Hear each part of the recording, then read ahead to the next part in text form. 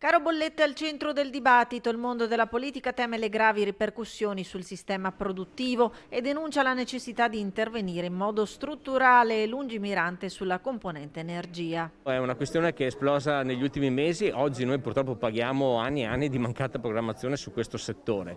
Sicuramente oggi il governo interverrà con alcune misure a livello nazionale, ma non è che possiamo pensare di affrontare il futuro con i sussidi. Ci vuole una seria politica energetica che pensi non solamente al green, ma che pensi soprattutto a dare delle risposte veloci e concrete a tutto il settore produttivo, perché veramente rischiamo di vedere chiudere numerose attività proprio perché le bollette sono in alcuni casi duplicate, in altri casi addirittura triplicate. Mettere in campo una strategia di supporto immediato e al contempo ampliare la riflessione sulle politiche energetiche. Uno scostamento di bilancio va fatto per dare almeno una risposta immediata per la sopravvivenza.